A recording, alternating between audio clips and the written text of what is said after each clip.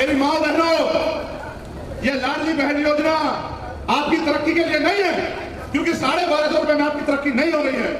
ये 1250 रुपए चुनाव तक आपकी वोट को खरीदने के लिए दिए जा रहे हैं, इसके अलावा इसका कोई मतलब नहीं। मध्य प्रदेश का बजट कितना है? मध्य प्रदेश का बजट 3.14 लाख करोड़ रुपए सालाना। एक साल का बजट 3.14 लाख करोड़ रुपए। इतने सारे पैसे को अपनी तिजोरी में रख के उसमें से चंद पैसे आपके माथे में मार के और आपकी वोट को लूट के, इसको वोट खरीदना कहते हैं, आपकी वोट को खरीद के अगले 5 साल आपको खून के आंसू रोने के लिए मजबूर करने का इंतजाम सरकार कर रही। अगर वोट का अधिकार ना होता आपके पास, आपकी बस्ती में ये लंबे कुर्ते वाले पैर भी नहीं रखते। मेरी बात को याद रखना। जो जिनके लोग आपके दिल पे पेशाब करें, जिनके लोग आपको रेप हत्या करके जमीन में गाड़ दें और ये उनका संरक्षण करें, ऐसे लोग आज आपके हितैषी कैसे हो गए? इसका एकमात्र कारण ये है कि आपके प्रदेश में चुनाव आ गया है। मेरे लोगों, उनको आपकी वोट चाहिए। आपकी वोट लेके वो ताकतवर हो जाएंगे, आपको 1250 रुपए देंगे, अपने आप 3 लाख करोड़ रुपए अपनी जेब में रखेंगे, 3 लाख करोड़ से अपने लोगों को मजबूत करेंगे और आपको 1250 देते हैं, 900,000 रुपए का सिलेंडर देते हैं। आप आग में जल के मरो, उनको कोई फर्क नहीं पड़ता है। मेरे लोगों, मैं आपसे कहना चाहता हूं, पैसा मुख्यमंत्री जी के घर का नहीं है। 1250 दे, 1250 रख लो। अगर आने वाले कल में डर के हमारी ताकत से 1500 देने लग जाए, 1500 रख लेना। अगर कोई और कहे मैं 2000 दूंगा तो उसके 2000 रख लेना। ये पैसा किसी के बाप का पैसा नहीं है, ये आपकी मेहनत का पैसा है। इसलिए वोट आजाद समाज पार्टी को देना और चुनाव के समय के लिए आपकी वोट को खरीदने के लिए पैसा देने आए, वो पैसा भी रख लेना। इनकी मां ने दूध नहीं पिलाया कि ये चुनाव के बाद आपसे 1 रुपए का हिसाब कर दे, आपका खून खड़ा होकर बात कह रहा है। मैं नहीं चाहता कि मेरी माओ बहनों के, मेरे भाइयों के, मेरे बुजुर्गों के, मेरे नौजवान भाइयों के हाथ इनके आगे फैले। आपको याद होगा 12 फरवरी को भोपाल में वो सैलाब याद है ना आपको, कि ना तो तुम्हें कोई खरीद सकता, ना तुम्हारे भाई को कोई खरीद सकता।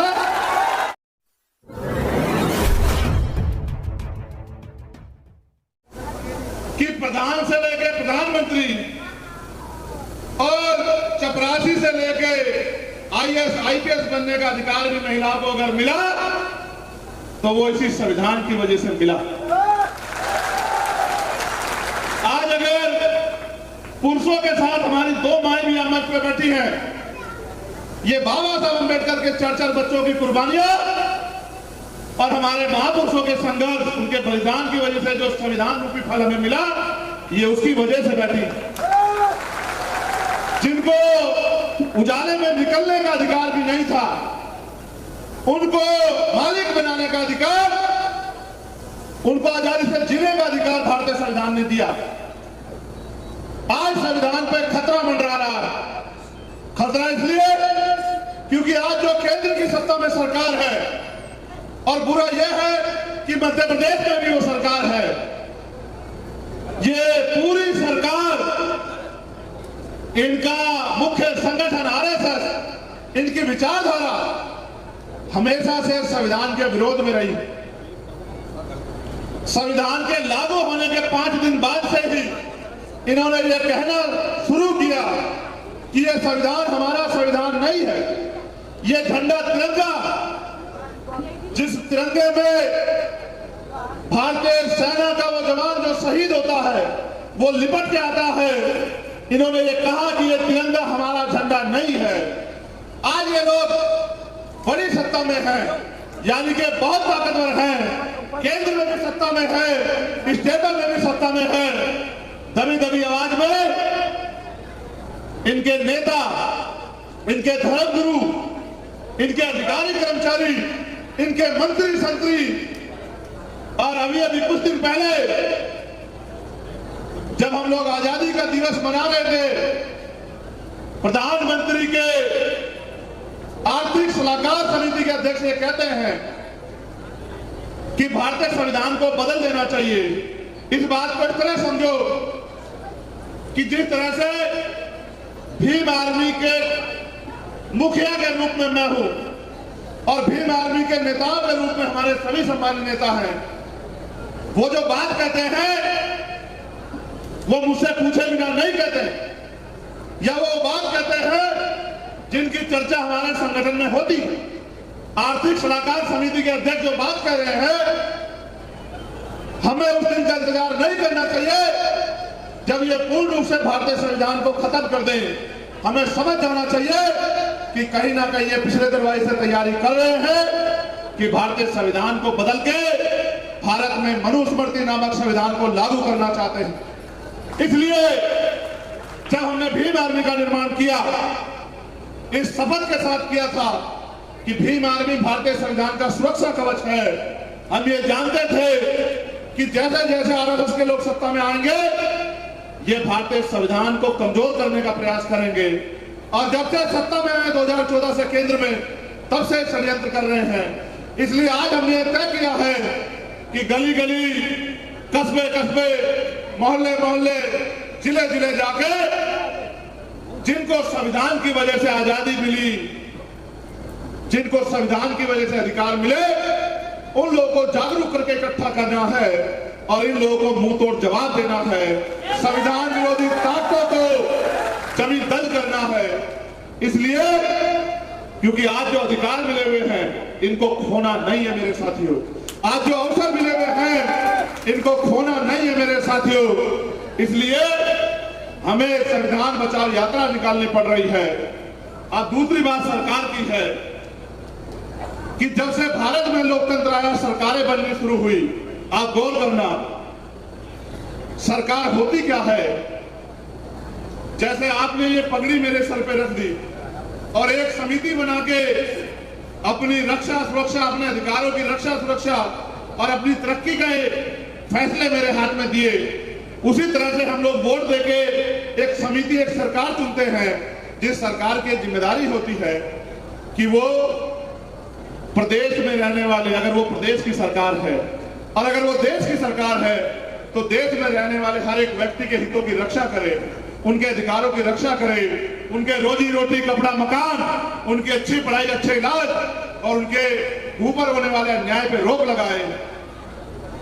इसको एक समिति, लोक कल्याण समिति के रूप में हम लोग जानते हैं। लेकिन आज की सरकारें, भारत को आजाद हुए 75 साल हो गए हैं और भारत में लोकतंत्र आए 60 साल से ज्यादा हो गए हैं। मैं आपसे एक सवाल पूछना चाहता हूं, क्या चुनाव के बाद कोई आपकी गली में आपके हालात जानने के लिए आता है क्या? क्या चुनाव के बाद आपकी पीड़ा, आपके आंसू पोंछने के लिए कोई आता है क्या? अगर आप मेहनत मजदूरी ना करो, अपना रोजगार ना करो, तो कोई आपको रोटी की व्यवस्था कराता है क्या? कोई आपका इलाज की जिम्मेदारी लेता है क्या? कोई आपकी पढ़ाई की जिम्मेदारी लेता है क्या? कोई आपकी जमीन की रक्षा की जिम्मेदारी लेता है क्या? ये बात मैंने आपको इसलिए पूछी कि ये सारे काम सरकार के थे कि हर व्यक्ति को रोटी, कपड़ा, रोटी मतलब पेट भरने के लिए रोटी, कपड़ा मतलब तन ढकने के लिए कपड़ा, और मकान मतलब सर ढकने के लिए पक्का मकान। बेहतर से बेहतर शिक्षा, जिससे आप अपने भविष्य को मजबूत कर सको, अच्छे से अच्छा इलाज कि तमाम तरह की बीमारी आपका कुछ न बिगाड़ पाए, आगे बढ़ने के लिए आपको रोजगार, चाहे नौकरी, चाहे बिजनेस, चाहे प्राइवेट सेक्टर, चाहे जमीन, तमाम तरह की सुविधा मुहैया कराने का अधिकार आपको संविधान देता है। लेकिन आज की सरकारें क्या कर रही हैं, गौर करो। आज की सरकारें पहले वोट खरीदने के लिए चुनाव से 2-4 दिन पहले ताकतवर लोग ठेला लेके आपकी गलियों में आते थे और चुपचाप आपसे कहते थे कि कुछ पैसे ले लो, वोट हमें दे देना। ऐसा होता था ना पहले? पहले काम चुपचाप होता था, चोरी से होता था। आजकल ये काम धड़ल्ले से होने लगा है, डंके की चोट पे होने लगा है। आज सरकार अधिकारी कर्मचारियों से करवाने लगी है। जो सरकार 4.5 साल तक आपकी खबर नहीं लेती, वो चुनाव से कुछ दिन पहले हमारी माओ बहनों को लाडली बहन योजना के थ्रू पैसे देने का काम करती है। मेरी माँ बहनों, ये लाडली बहन योजना आपकी तरक्की के लिए नहीं है, क्योंकि 1250 रुपए में आपकी तरक्की नहीं हो रही है। ये 1250 रुपए चुनाव तक आपकी वोट को खरीदने के लिए दिए जा रहे हैं, इसके अलावा इसका कोई मकसद नहीं। मध्य प्रदेश का बजट कितना है? मध्य प्रदेश का बजट 3.14 लाख करोड़ रुपए सालाना। एक साल का बजट 3.14 लाख करोड़ रुपए। इतने सारे पैसे को अपनी तिजोरी में रख के उसमें से चंद पैसे आपके माथे में मार के और आपकी वोट को लूट के, इसको वोट खरीदना कहते हैं, आपकी वोट को खरीद के अगले 5 साल आपको खून के आंसू रोने के लिए मजबूर करने का इंतजाम सरकार कर रही है। मैं आपसे कहना चाहता हूं, इस बात पर भी गौर कर लो कि सरकार का जो पैसा होता है वो सरकार का पैसा नहीं होता है, वो जनता का पैसा होता है। आप ये बताओ, क्या प्रदेश के मुख्यमंत्री वो 1250 रुपए अपने अकाउंट से आपको दे रहे हैं? अपनी जमीन बेच के आपको दे रहे हैं? अपनी गुल्लक तोड़ के आपको दे रहे हैं? अपनी सैलरी में से दे रहे हैं? वो 1250 रुपए वो जो आपने टैक्स दे के पैसा इकट्ठा किया है, उस पैसे में से आपको दे रहे हैं। क्यों दे रहे हैं? क्योंकि आपके पास बाबा साहब अम्बेडकर की 4 बच्चों की कुर्बानी से दिया वोट का अधिकार है। मेरे भाइयों बहनों, मेरी माँ बहनों, मेरे नौजवान साथियों, अगर वोट का अधिकार ना होता आपके पास, आपकी बस्ती में ये लंबे कुर्ते वाले पैर भी नहीं रखते। मेरी बात को याद रखना। जिन्हें आज भी आप में से ऊंच नीच की भावना जिनके अंदर हो, जो आज भी आपको नीचा दिखाने के लिए आपके घर में भोजन करते हो, जो जिनके लोग आपके सिर पर पेशाब करें, जिनके लोग आपको रेप हत्या करके जमीन में गाड़ दें और ये उनका संरक्षण करें, ऐसे लोग आज आपके हितैषी कैसे हो गए? इसका एकमात्र कारण ये है कि आपके प्रदेश में चुनाव आ गया है। मेरे लोगों, उनको आपकी वोट चाहिए। आपकी वोट लेके वो ताकतवर हो जाएंगे, आपको 1250 रुपए देंगे, अपने आप 3 लाख करोड़ रुपए अपनी जेब में रखेंगे, 3 लाख करोड़ से अपने लोगों को मजबूत करेंगे और आपको 1250 देते हैं, 900,000 रुपए का सिलेंडर देते हैं। आप आग में जल के मरो, उनको कोई फर्क नहीं पड़ता। मेरे लोगों, मैं आपसे कहना चाहता हूं, पैसा मुख्यमंत्री जी के घर का नहीं है। 1250 दे, 1250 रख लो। अगर आने वाले कल में डर के हमारी ताकत से 1500 देने लग जाए, 1500 रख लेना। अगर कोई और कहे मैं 2000 दूंगा तो उसके 2000 रख लेना। ये पैसा किसी के बाप का पैसा नहीं है, ये आपकी मेहनत का पैसा है।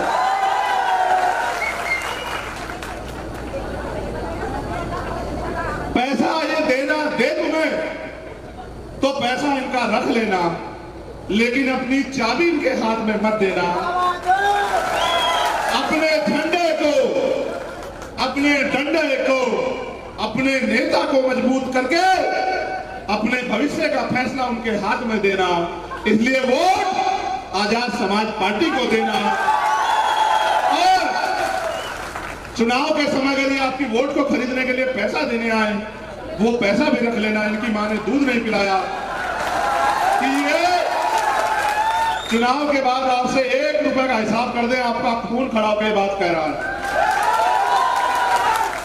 अगर कोई आपको लूट के और लूट का कुछ हिस्सा देना आए, उस हिस्से को रख लेना। इनका पैसा नहीं है, लेकिन अपनी ताकत को जरूर बनाना, क्योंकि अगर आपने गलती की तो अगले 5 साल फिर आपको इनके आगे से हाथ फैला के रखना पड़ेगा। मैं नहीं चाहता कि मेरी माँ बहनों के, मेरे भाइयों के, मेरे बुजुर्गों के, मेरे नौजवान भाइयों के हाथ इनके आगे फैले। आपको याद होगा 12 फरवरी को भोपाल में वो सैलाब याद है ना आपको? हमने सरकार को अपना ज्ञापन दिया था। इन्होंने हमारा ज्ञापन में से बहुत कम मांगों की तरफ देखा, विचार किया, पूरी नहीं की। हमारे कर्मचारियों की समस्या थी, हमारे किसानों की समस्या थी, भर्तियों में घोटाले की समस्या थी, नौजवान के भविष्य की समस्या थी, अगर दलितों पे, आदिवासियों पे अन्याय होता है, अभी 8.5 लाख रुपए मिलते, गौर करना। अगर किसी कमजोर की, दलित आदिवासी की हत्या हो जाए, कितने पैसे मिलते हैं इस स्टेट के थ्रू? 8.25 लाख रुपए। हमने कहा 8.25 लाख रुपए में केस भी नहीं लड़ा जाता। अगर देना ही है तो सरकार मुआवजा बढ़ा के 30 लाख रुपए या 50 लाख रुपए करने का काम करे, और जिनके साथ अन्याय हुआ उसको पैरों पे खड़ा करने के लिए उनके परिवार में एक सरकारी नौकरी दे। मैंने इनसे बहुत सारी मांग रखी कि जिस तरह से आप धर्म के आधार पर बंटवारा करके मुसलमानों की मॉब लिंचिंग कर रहे हो, धार्मिक आजादी को छीन रहे हो, ये अन्याय हम लोग नहीं होने देंगे। मॉब लिंचिंग पे कानून बनाओ। और तमाम तरह की मांगे थी कि 52% ओबीसी को 52% आरक्षण दिया जाए, आदिवासियों को जल जंगल जमीन पे उनका अधिकार दिया जाए, और महिलाओं पे जो अत्याचार हो रहा है इस पे रोक लगाई जाए। लेकिन मेरे साथियों, उस समय मैं ताकत के समय नहीं था, मैंने इनसे मांग की, इन्होंने मेरी मांग को ठुकरा दिया। मेरी ये बात समझ में आई कि जो लोग मुझे नहीं सुन रहे वो आपको नहीं सुनेंगे कभी भी।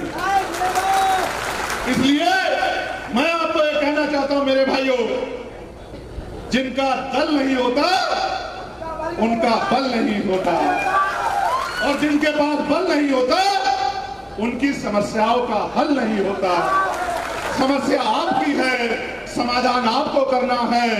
अगर आप अपनी ताकत नहीं बनाओगे तो चुनाव के बाद आप ठगे जाओगे और ये सोचोगे कि अब हम 5 साल क्या करें। इसलिए अपने झंडे डंडे को मजबूत करने के लिए, अपने भाई को ताकत देने के लिए, गरीब के बच्चों को आगे बढ़ाने के लिए आने वाले कल में आजाद समाज पार्टी के प्रत्याशी छोटे भाई, क्या नाम है इनका? बहुत कम आवाज है, मुझे ऐसा लग रहा है।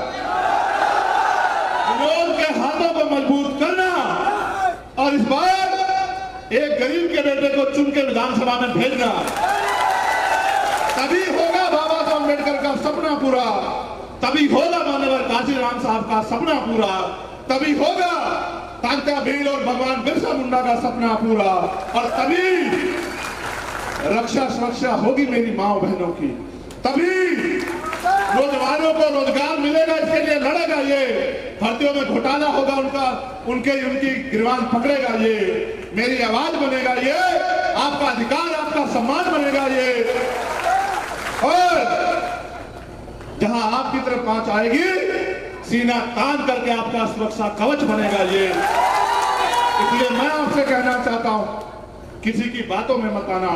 यहाँ बड़े बड़े नेता हैं, कोई मंत्री जी हैं, कोई संतरी जी हैं, कोई उनसे भी बड़े हैं, लेकिन उनकी नजरों में आप कीड़ों मकोड़ों से ज्यादा नहीं हो। अगर आपका सम्मान है, क्योंकि साहब ये कहते थे कि दूसरे के महलों से अच्छी होती है अपनी झोपड़ी। आप ये बताओ मुझे, आप मालिक बन के रहना चाहते हो या किराएदार? तो मालिक बन के रहना चाहते हो तो अपने घर में रहना, अपने घर को मजबूत करना। अच्छा सोचो, अगर आपने दूसरे का घर मजबूत कर भी दिया, जिस दिन मालिक का मन करेगा आपको क्या कहेगा कि तेरा काम पूरा हुआ, तू अपना रास्ता देख ले, मुझे चैन से पढ़ के सोने दे, कहेगा नहीं कहेगा? बताओ। दूसरे का मकान बना के आप मालिक नहीं बन सकते हो।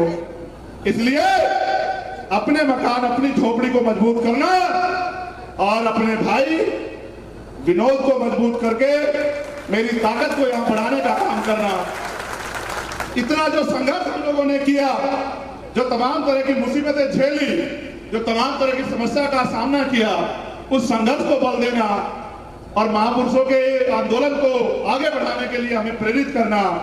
मैं धन्यवाद दूंगा भाई विनोद अंबेडकर जी को, भाई गोविंद खारीवाल जी को, भाई समंदर मंडोत्रा जी को, भाई प्रदीप चौहान जी को, भाई अजय जाटव जी को, भाई धर्मेंद्र सिसोदिया जी को, भाई रवि चौहान जी को, जितेंद्र डोर जी को, अंतर सिंह सूर्यवंशी जी को, रितेश घावरी जी को, संतोष चौहान जी को, योगेश बामनिया जी को, अर्जुन जाटव जी को, अरुण चौहान जी को, भीम नरवरिया जी को, अजय राजौरिया जी को, विजय जाटव जी को, सुभाष जाटव जी को, दीपक परमार जी को, अर्जुन भदौरिया जी को, भाई समीर खान जी को, अंकित चौहान जी को, ओम जाटव जी को और समस्त साथी विधानसभा सावेर पदाधिकारी और कार्यकर्ता, उन सबका भी धन्यवाद देता हूं। सबसे ज्यादा धन्यवाद दूंगा अपनी मातृशक्ति का।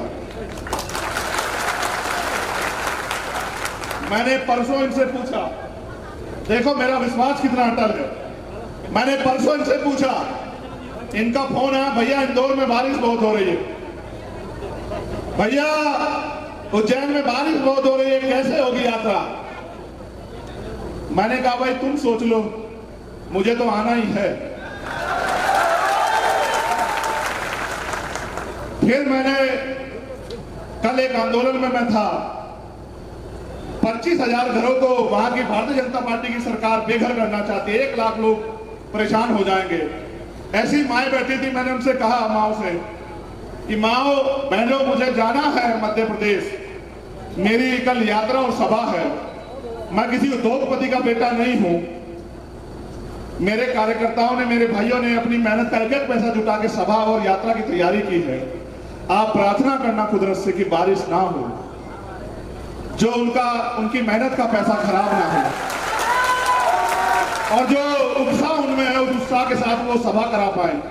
और देखो पूरा दिन हो गया, आपके अटल लक्ष्य के आगे वो झुक गया है। यानी कि अगर कोई चीज तय कर ली जाए तो नामुमकिन आप भी तय कर लो कि सावेर से इस बार आपका विधायक कैसा होना चाहिए, बताओ। कम आवाज है, मंत्री जी के घर तक नहीं जा रही है, तेज आवाज में बताओ। आखिरी बात ये बताओ, ऐसा तो नहीं होगा कोई पैसे वाला आ जाएगा तो इस गरीब को भूल जाओगे।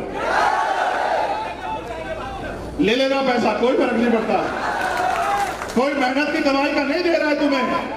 आज की राजनीति तो व्यापार हो गई है, गौर से सुनना इस बात को।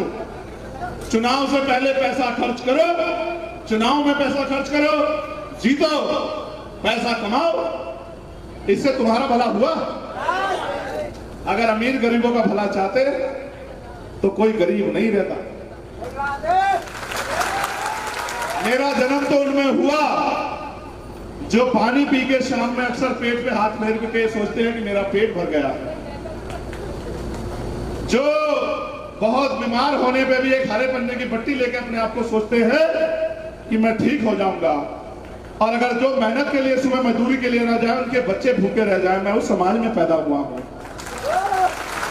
और मैं जानता हूं अगर लोग आपकी समस्याओं का समाधान करते तो आज आपके मकान कच्चे नहीं होते। मैं गया था कृष्ण बागरी के, आप जानते हैं नहीं जानते हो किशन लाल बागरी को, कैसा था उसका मकान, क्यों था कच्चा, कभी सोचा आपने? मैं बताता हूं। आदमी कुत्ता पालता है, उसके लिए भी पक्की जगह बना देता है कि उसको बारिश बूंद ना लगे। आदमी गाय भैंस बकरी पालता है, उसके लिए भी बना देता है। उनकी नजरों में आपकी हैसियत जानवरों जैसी भी नहीं, अगर होती तो रात को आपकी छत से टपकने वाले की पानी की परवाह उनको होती। मेरे लोगों, वो तो एक चीज जानते हैं कि गरीब को इतना गरीब रखो कि वो चंद पैसे पे आपके साथ खड़ा रहे। मैं आपसे जानना चाहता हूं क्या आप बिकाऊ हो? नहीं, दोनों हाथ उठा के बताओ, ऐसा नहीं मानूंगा। नहीं नहीं, अगर हो बिकाऊ तो हाथ उठाना, अगर नहीं हो तो मत उठाना। भेड़ चाल से काम नहीं चलेगा मेरे लोग। क्या बिकाऊ हो तो फिर ये जानो कि ना तो तुम्हें कोई खरीद सकता, ना तुम्हारे भाई को कोई खरीद सकता। अपनी लड़ाई अपने लोगों को इकट्ठा करके अपने दम पे लड़ेंगे, और तब तक लड़ेंगे जब तक मध्य प्रदेश ही नहीं देश का हर एक गरीब ऐसे कुर्सियों पे बैठ के मालिक जैसा जीवन जीता नहीं, तब तक लड़ते रहेंगे। बहुत बहुत धन्यवाद। जय भीम, जय भारत, जय मंडल, जय संविधान, जय जोहार। बहुत बहुत धन्यवाद।